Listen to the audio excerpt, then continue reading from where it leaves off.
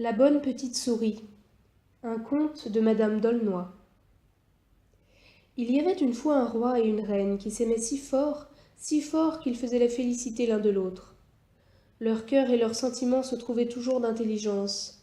Ils allaient tous les jours à la chasse tuer des lièvres et des cerfs.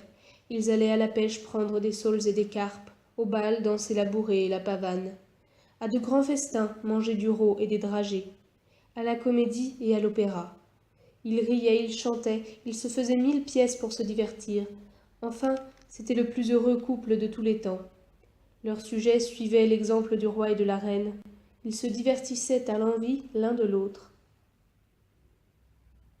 Par toutes ces raisons, l'on appelait ce royaume le pays de joie. Il arriva qu'un roi voisin du roi joyeux vivait tout différemment.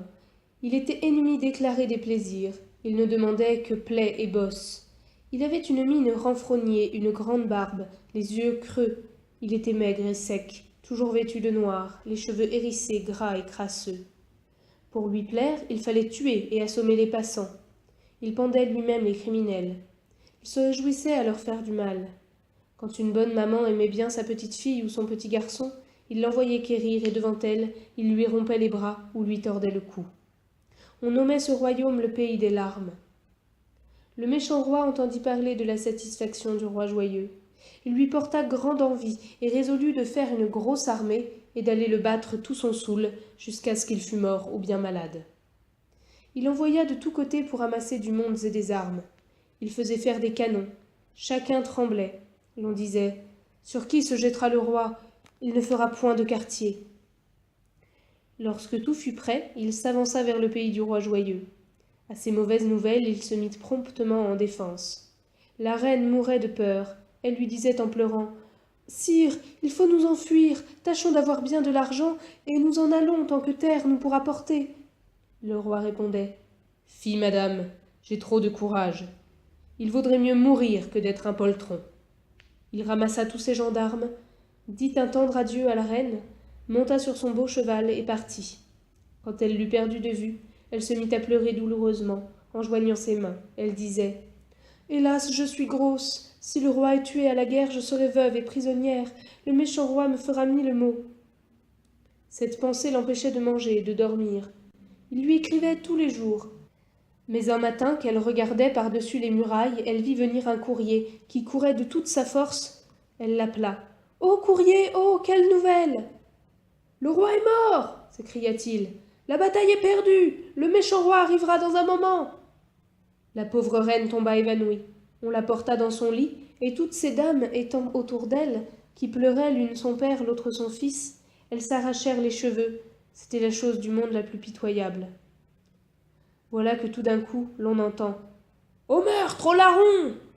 C'était le méchant roi qui arrivait avec tous ses malheureux sujets. Il tuait pour oui ou pour non ceux qu'il rencontrait. Il entra tout armé dans la maison du roi et monta dans la chambre de la reine. Quand elle le vit entrer, elle eut une si grande peur qu'elle s'enfonça dans son lit et mit la couverture sur sa tête. Il l'appela 2 ou 3 fois, mais elle ne disait mot. Il se fâcha, bien fâché, et dit « Je crois que tu te moques de moi. Sais-tu que je peux t'égorger tout à l'heure ?» Il la découvrit, lui arracha ses cornettes, ses beaux cheveux tombèrent sur ses épaules. Il en fit 3 tours de sa main et la chargea dessus son dos comme un sac de blé. Il l'emporta ainsi et monta sur son grand cheval qui était tout noir. Elle le priait d'avoir pitié d'elle. Il s'en moquait et lui disait « Crie, plains-toi, cela me fait rire et me divertit. » Il l'emmena en son pays et jura pendant tout le chemin qu'il était résolu de la pendre. Mais on lui dit que c'était dommage et qu'elle était grosse. Quand il vit cela, il lui vint dans l'esprit que si elle accouchait d'une fille, il la marierait avec son fils, et pour savoir ce qui en était, il envoya quérir une fée qui demeurait près de son royaume. Étant venu, il la régala mieux qu'il n'était de coutume. Ensuite, il la mena dans une tour, au haut de laquelle la pauvre reine avait une chambre bien petite et bien pauvrement meublée. Elle était couchée par terre sur un matelas qui ne valait pas de sou, où elle pleurait jour et nuit. La fée, en la voyant, fut attendrie. Elle lui fit la révérence et lui dit tout bas en l'embrassant « Prenez courage, madame, vos malheurs finiront. J'espère y contribuer. » La reine, un peu consolée de ces paroles, la caressait et la priait d'avoir pitié d'une pauvre princesse qui avait joui d'une grande fortune et qui s'en voyait bien éloignée. Elles parlaient ensemble quand le méchant roi dit « Allons, point tant de compliments. Je vous ai amené ici pour me dire si cette esclave est grosse d'un garçon ou d'une fille. » La fée répondit « Elle est grosse d'une fille qui sera la plus belle princesse et la mieux apprise que l'on ait jamais vue. » Elle lui souhaita ensuite des biens et des honneurs infinis. « Si elle n'est pas belle et bien apprise, dit le méchant roi, je la pendrai au cou de sa mère et sa mère à un arbre sans que rien n'en puisse échapper. » Après cela, il sortit avec la fée et ne regarda pas la bonne reine qui pleurait amèrement. Car elle disait en elle-même « Hélas, que ferai-je? Si j'ai une belle petite fille, il la donnera à son magot de fils, et si elle est laide, il nous pendra toutes deux. À quelle extrémité suis-je réduite? Ne pourrais-je point la cacher quelque part afin qu'il ne la vît jamais ?» Le temps que la petite princesse devait venir au monde approchait, et les inquiétudes de la reine augmentaient. Elle n'avait personne avec qui se plaindre et se consoler. Le geôlier qui la gardait ne lui donnait que 3 pois cuits dans l'eau pour toute la journée, avec un petit morceau de pain noir. Elle devint plus maigre qu'un hareng. Elle n'avait plus que la peau et les os. Un soir qu'elle filait, car le méchant roi, qui était fort avare, la faisait travailler jour et nuit, elle vit entrer par un trou une petite souris, qui était fort jolie. Elle lui dit « Hélas, ma mignonne, que viens-tu chercher ici? Je n'ai que 3 pois pour toute ma journée. Si tu ne veux jeûner, va-t'en. » La petite souris courait de ça, de là, dansait, cabriolait comme un petit singe, et la reine prenait un si grand plaisir à la regarder qu'elle lui donna le seul pois qui restait pour son souper. « Tiens, mignonne, dit-elle, mange, je n'en ai pas davantage et je te le donne de bon cœur. » Dès qu'elle eut fait cela, elle vit sur sa table une perdrix excellente, cuite à merveille, et 2 pots de confiture. « En vérité, dit-elle, un bienfait n'est jamais perdu. » Elle mangea un peu, mais son appétit était passé à force de jeûner. Elle jeta du bonbon à la souris, qui le grignota encore. Et puis elle se mit à sauter, mieux qu'avant le souper. Le lendemain matin, le geôlier apporta de bonne heure les 3 pois de la reine, qu'il avait mis dans un grand plat pour se moquer d'elle. La petite souris vint doucement et les mangea tous 3, et le pain aussi. Quand la reine voulut dîner, elle ne trouva plus rien. La voilà bien fâchée contre la souris. « C'est une méchante petite bête, disait-elle. Si elle continue, je mourrai de faim. » Comme elle voulut couvrir le grand plat qui était vide, elle trouva dedans toutes sortes de bonnes choses à manger. Elle en fut bien aise et mangea. Mais en mangeant, il lui vint dans l'esprit que le méchant roi ferait peut-être mourir dans 2 ou 3 jours son enfant, et elle quitta la table pour pleurer.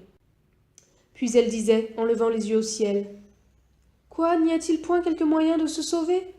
En disant cela, elle vit la petite souris qui jouait avec de longs brins de paille. Elle les prit et commença de travailler avec. « Si j'ai assez de paille, disait-elle, je ferai une corbeille couverte pour mettre ma petite fille, et je la donnerai par la fenêtre à la première personne charitable qui voudra en avoir soin. » Elle se mit donc à travailler de bon courage.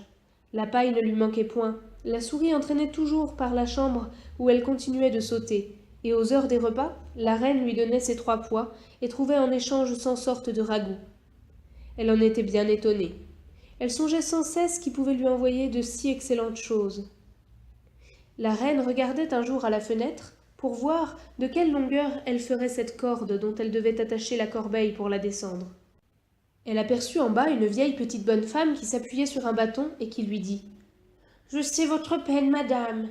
Si vous voulez, je vous servirai. »« Hélas, ma chère amie, lui dit la reine, vous me ferez un grand plaisir.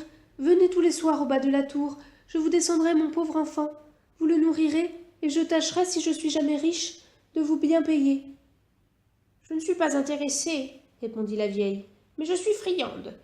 Il n'y a rien que j'aime tant qu'une souris grassette et dodue. Si vous en trouvez une dans votre galetas, tuez-les et mangez-les.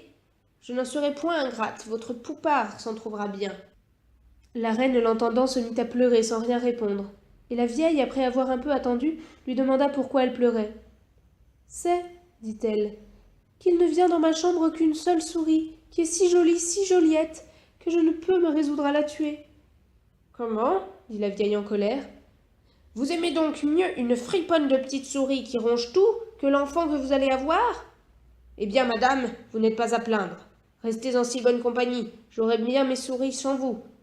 Je ne m'en soucie guère. » Elle s'en alla, grondant et marmonnant. Quoique la reine eût un bon repas, et que la souris vint danser devant elle, jamais elle ne leva les yeux de terre où elle les avait attachés, et les larmes coulaient le long de ses yeux. Elle eut cette même nuit une princesse, qui était un miracle de beauté. Au lieu de crier comme les autres enfants, elle riait à sa bonne maman, et lui tendait ses petites menottes, comme si elle eût été bien raisonnable. La reine la caressait et la baisait de tout son cœur, songeant tristement. Pauvre mignonne, cher enfant, si tu tombes entre les mains du méchant roi, c'est fait de ta vie. Elle l'enferma dans la corbeille, avec un billet attaché sur son maillot, où était écrit « Cette infortunée petite fille a nom Joliette ». Et quand elle l'avait laissée un moment sans la regarder, elle ouvrait encore la corbeille et la trouvait embellie. Puis elle la baisait et pleurait plus fort, ne sachant que faire. Mais voici la petite souris qui vient, et qui se met dans la corbeille avec Joliette. « Ah, petite bestiole, dit la reine, que tu me coûtes cher pour te sauver la vie. Peut-être que je perdrais ma chère Joliette. Une autre que moi t'aurait tuée et donnée à la vieille friande. Je n'ai pu y consentir. » La souris commence à dire. « Ne vous en repentez point, madame. Je ne suis pas si indigne de votre amitié que vous le croyez. » La reine mourait de peur d'entendre parler la souris, mais sa peur augmenta bien quand elle aperçut que son petit museau prenait la figure d'un visage, que ses pattes devinrent des mains et des pieds, et qu'elle grandit tout d'un coup. Enfin la reine, n'osant presque la regarder, la reconnut pour la fée qu'il était venu voir avec le méchant roi, et qui lui avait fait tant de caresses. Elle lui dit « J'ai voulu éprouver votre cœur, j'ai reconnu qu'il est bon, et que vous êtes capable d'amitié. Nous autres fées, qui possédons des trésors et des richesses immenses, nous ne cherchons pour la douceur de la vie que de l'amitié, et nous en trouvons rarement. » « Est-il possible, belle dame, dit la reine en l'embrassant, que vous ayez de la peine à trouver des amis, étant si riche et si puissante ? » « Oui, répliqua-t-elle, car on ne nous aime que par intérêt, et cela ne nous touche guère. Mais quand vous m'avez aimée en petite souris, ce n'était pas un motif d'intérêt. J'ai voulu vous éprouver plus fortement, j'ai pris la figure d'une vieille. C'est moi qui vous ai parlé au bas de la tour, et vous m'avez toujours été fidèle. » À ces mots, elle embrassa la reine. Puis elle baisa 3 fois le béco vermeil de la petite princesse et lui dit « Je te doue, petite fille, d'être la consolation de ta mère, et plus riche que ton père, de vivre 100 ans toujours belle, sans maladie, sans rides et sans vieillesse. » La reine, toute ravie, la remercia et la pria d'emporter Joliette et d'en prendre soin, ajoutant qu'elle la lui donnait pour être sa fille. La fée l'accepta et la remercia. Elle mit la petite dans la corbeille, qu'elle descendit en bas. Mais s'étant un peu attardée à reprendre sa forme de petite souris, quand elle descendit après elle par la cordelette, elle ne trouva plus l'enfant, et remontant fort effrayée, « Tout est perdu, dit-elle à la reine, mon ennemie Cancaline vient d'enlever la princesse. Il faut que vous sachiez que c'est une cruelle fée qui me hait, et par malheur, étant mon ancienne, elle a plus de pouvoir que moi. Je ne sais par quel moyen retirer Joliette de ses vilaines griffes. » Quand la reine entendit de si tristes nouvelles, elle pensa mourir de douleur. Elle pleura bien fort et pria sa bonne amie de tâcher de ravoir la petite, à quelque prix que ce fût. Cependant le geôlier vint dans la chambre de la reine. Il vit qu'elle n'était plus grosse. Il fut le dire au roi, qui accourut pour lui demander son enfant. Mais elle dit qu'une fée, dont elle ne savait pas le nom, l'était venue prendre par force. Voilà le méchant roi qui frappait du pied et qui rongeait ses ongles jusqu'au dernier morceau. « Je t'ai promis, dit-il, de te pendre. Je vais tenir ma parole tout à l'heure. » En même temps, il traîne la pauvre reine dans un bois, grimpe sur un arbre, et l'allait pendre, lorsque la fée se rendit invisible, et le poussant rudement, elle le fit tomber du haut de l'arbre. Il se cassa 4 dents. Pendant qu'on tâchait de les raccommoder, la fée enleva la reine dans son char volant, et elle l'emporta dans un beau château. Elle en prit grand soin. Et si elle avait eu la princesse Joliette, elle aurait été contente, mais on ne pouvait découvrir en quel lieu Cancaline l'avait mise, bien que la petite souris y fît tout son possible. Enfin le temps se passait, et la grande affliction de la reine diminuait. Il y avait 15 ans déjà, lorsqu'on entendit dire que le fils du méchant roi s'allait marier à sa dindonnière, et que cette petite créature n'en voulait point. Cela était bien surprenant qu'une dindonnière refusât d'être reine, mais pourtant les habits de noces étaient faits, et c'était une si qu'on y allait de 100 lieues à la ronde. La petite souris s'y transporta. Elle voulait voir la dindonnière tout à son aise. Elle entra dans le poulailler, et la trouva vêtue d'une grosse toile nu-pieds, avec un torchon gras sur sa tête. Il y avait là des habits d'or et d'argent, des diamants, des perles, des rubans, des dentelles, qui traînaient à terre. Les dindons se hochaient dessus, les crottaient et les gâtaient. La dindonnière était assise sur une grosse pierre. Le fils du méchant roi, qui était tordu, borgne et boiteux, lui disait rudement « Si vous me refusez votre cœur, je vous tuerai !» Elle lui répondait fièrement « Je ne vous épouserai point, vous êtes trop laid, vous ressemblez à votre cruel père. Laissez-moi en repos avec mes petits dindons, je les aime mieux que toutes vos braveries. » La petite souris la regardait avec admiration, car elle était aussi belle que le soleil. Dès que le fils du méchant roi fut sorti, la fée prit la figure d'une vieille bergère et lui dit « Bonjour, ma mignonne, voilà vos dindons en bon état. » La jeune dindonnière regarda cette vieille avec des yeux pleins de douceur et lui dit « L'on veut que je les quitte pour une méchante couronne. Que m'en conseillez-vous ?»« Ma petite fille, dit la fée, une couronne est fort belle, vous n'en connaissez pas le prix ni le poids. »« Mais si fait, je le connais, repartit promptement la dindonnière, puisque je refuse de m'y soumettre. Je ne sais pourtant qui je suis, ni où est mon père, ni où est ma mère. Je me trouve sans parents et sans amis. »« Vous avez beauté et vertu, mon enfant, dit la sage fée, qui valent plus que 10 royaumes. Contez-moi, je vous prie, qui vous a donc mis ici, puisque vous n'avez ni père, ni mère, ni parents, ni amis. »« Une fée appelée Cancaline est cause que j'y suis venue. Elle me battait, elle m'assommait sans sujet et sans raison. Je m'enfuis un jour, et ne sachant où aller, je m'arrêtai dans un bois. Le fils du méchant roi s'y vint promener. Il me demanda si je voulais servir à sa basse-cour. Je le voulus bien. J'eus soin des dindons. Je venais à tout moment les voir, et ils me voyaient aussi. Hélas, sans que j'en eusse envie, il se mit à m'aimer tant et tant qu'il m'importune fort. La fée, à ce récit, commença de croire que la dindonnière était la princesse Joliette. Elle lui dit « Ma fille, apprenez-moi votre nom. »« Je m'appelle Joliette pour vous rendre service, » dit-elle. À ce mot, la fée ne douta plus de la vérité, et lui jetant les bras au cou, elle pensa la manger de caresses. Puis elle lui dit « Joliette, je vous connais il y a longtemps. Je suis bien aise que vous soyez si sage et si bien apprise.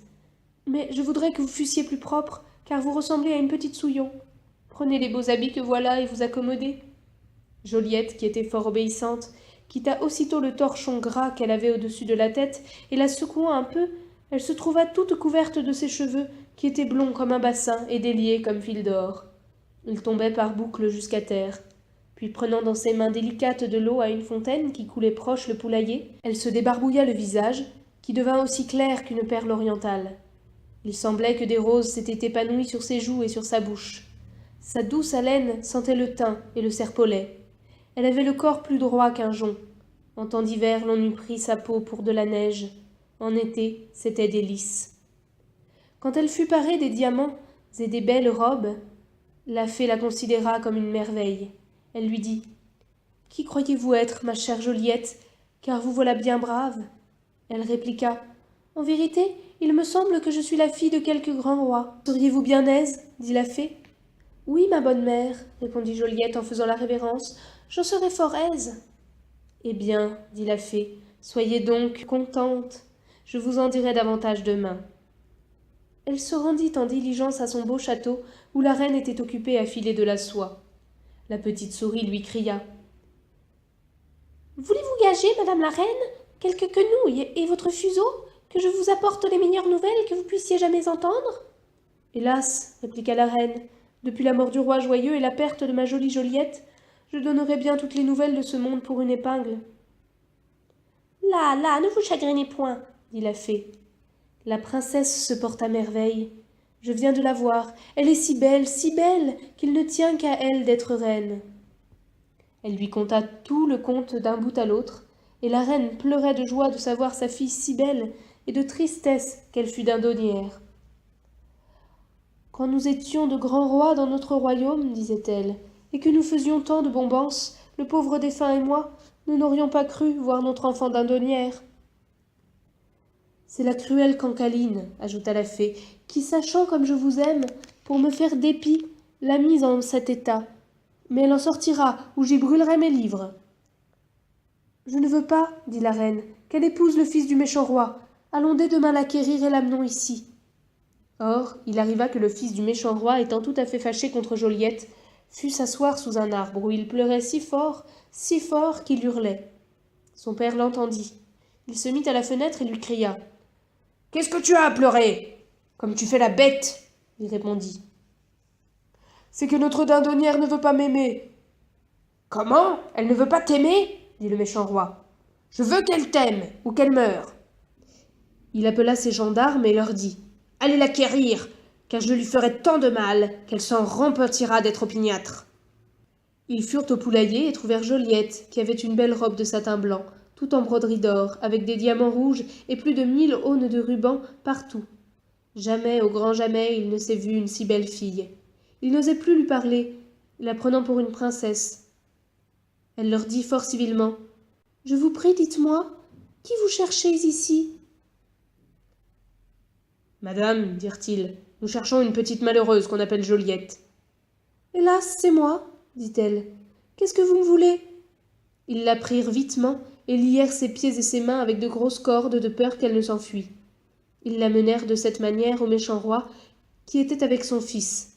Quand il la vit si belle, il ne laissa pas d'être un peu ému. Sans doute qu'elle lui aurait fait pitié, s'il n'avait été le plus méchant et le plus cruel du monde. Il lui dit. Ha ha, petite friponne, petite crapaude. Vous ne voulez donc pas aimer mon fils ? Il est 100 fois plus beau que vous. Un seul de ses regards vaut mieux que toute votre personne. Allons, aimez-le tout à l'heure, ou je vous fais écorcher.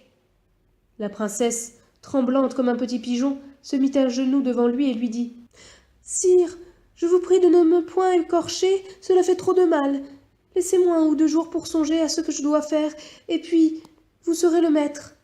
Son fils, désespéré, voulait qu'elle fût écorchée. Ils conclurent ensemble de l'enfermer dans une tour où elle ne verrait pas seulement le soleil. Là-dessus, la bonne fée arriva dans le char volant, avec la reine. Elles apprirent toutes ces nouvelles.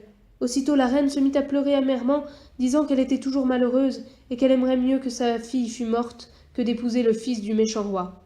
La fée lui dit. « Prenez courage, je vais tant les fatiguer que vous serez contente et vengée. » Comme le méchant roi allait se coucher, la fée se met en petite souris et se fourre sous le chevet du lit. Dès qu'il voulut dormir, elle lui mordit l'oreille. Le voilà bien fâché. Il se tourna de l'autre côté, elle lui mord l'autre oreille. Il crie au meurtre. Il appelle pour qu'on vienne. On vient, on lui trouve les 2 oreilles mordues, qui saignaient si fort qu'on ne pouvait arrêter le sang. Pendant qu'on cherchait partout la souris, elle en fut faire autant au fils du méchant roi. Il fait venir ses gens et leur montre ses oreilles qui étaient toutes écorchées. On lui met des emplâtres dessus. La petite souris retourna dans la chambre du méchant roi, qui était un peu assoupi. Elle mord son nez et s'attache à le ronger. Il y porte les mains, et elle le mord et l'égratigne. Il crie. « Miséricorde, je suis perdu !» Elle entre dans sa bouche et lui grignote la langue, les lèvres, les joues. L'on entre, et on le voit épouvantable, qui ne pouvait presque plus parler, tant il avait mal à la langue. Il fit signe que c'était une souris. On cherche dans la paillasse, dans le chevet, dans les petits coins, mais elle n'y était déjà plus. Elle courut faire pis au et lui mangea son bon œil, car il était déjà borgne. Il se leva comme un furieux, l'épée à la main. Il était aveugle. Il courut dans la chambre de son père, qui de son côté avait pris son épée, tempêtant et jurant qu'il allait tout tuer si l'on attrapait la souris. Quand il vit son fils si désespéré, il le gronda, et celui-ci, qui avait les oreilles échauffées, ne reconnut pas la voix de son père. Il se jeta sur lui. Le méchant roi, en colère, lui donna un grand coup d'épée. Il en reçut un autre. Ils tombèrent tous les 2 à terre, saignant comme des bœufs. Tous leurs sujets, qui les haïssaient mortellement et qui ne les servaient que par crainte, ne les craignant plus, leur attachèrent des cordes aux pieds et les traînèrent dans la rivière, disant qu'ils étaient bien heureux d'en être quittes. Voilà le méchant roi tout mort, et son fils aussi. La bonne fée qui savait cela fit quérir la reine. Elles allèrent à la tour noire où Joliette était enfermée, sous plus de 40 clés. La fée frappa 3 fois, avec une petite baguette de coudre, à la grosse porte qui s'ouvrit, et les autres de même. Elles trouvèrent la pauvre princesse bien triste, qui ne disait pas un mot. La reine se jeta à son cou. « Ma chère mignonne, lui dit-elle, je suis ta maman la reine joyeuse. » Elle lui conta le conte de sa vie. Ô bon Dieu, quand Joliette entendit de si belles nouvelles, à peu tint qu'elle ne mourut de plaisir. Elle se jeta aux pieds de la reine, qui lui embrassait les genoux. Elle caressait tendrement la fée qui lui avait porté des corbeilles pleins de bijoux sans prix, d'or et de diamants, des bracelets, des perles et le portrait du roi joyeux, entouré de pierreries, qu'elle mit devant elle. « Ne nous amusons point. Il faut faire un coup d'état. Allons dans la grande salle du château haranguer le peuple. » Elle marcha la première avec un visage grave et sérieux, ayant une robe qui traînait de plus de 10 aunes, et la reine une autre de velours bleu, toute brodée d'or, qui traînait bien davantage. Elles avaient apporté leurs beaux habits avec elles. Puis, elles avaient des couronnes sur la tête, qui brillaient comme des soleils. La princesse Joliette les suivait avec sa beauté et sa modestie, qui n'avaient rien que de merveilleux. Elle faisait la révérence à tous ceux qu'elle rencontrait par le chemin, aux petits comme aux grands. On les suivait, fort empressés de savoir qui étaient ces belles dames. Lorsque la salle fut toute pleine, la bonne fée dit au sujet du méchant roi qu'elle voulait leur donner pour reine la fille du roi joyeux qu'il voyait, qu'il vivrait content sous son empire, qu'ils l'acceptassent, qu'elle lui chercherait un époux aussi parfait qu'elle, qui rirait toujours, et qui chasserait la mélancolie de tous les cœurs.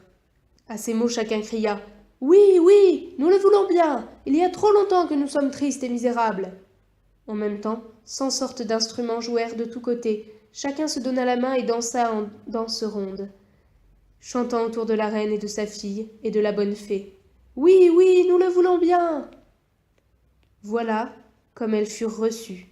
Jamais joie n'a été égale. On mit les tables, on mangea, l'on but et l'on se coucha pour bien dormir.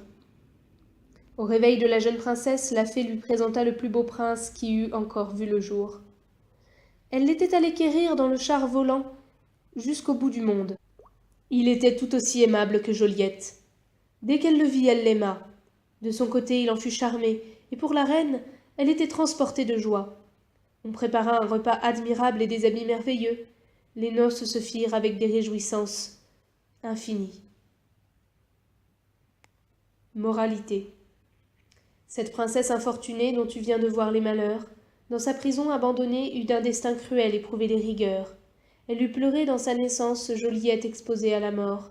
Si sa juste reconnaissance n'eût intéressé dans son sort cette prudente et sage fée, qui par un généreux effort, quand du plus grand péril la reine est menacée, sait la conduire dans le port. Tout ceci n'est rien qu'une fable, faite pour amuser quiconque la lira. Toutefois on y trouvera une morale véritable. À qui t'a fait une faveur, montre une âme reconnaissante. C'est la vertu la plus puissante pour toucher et gagner le cœur.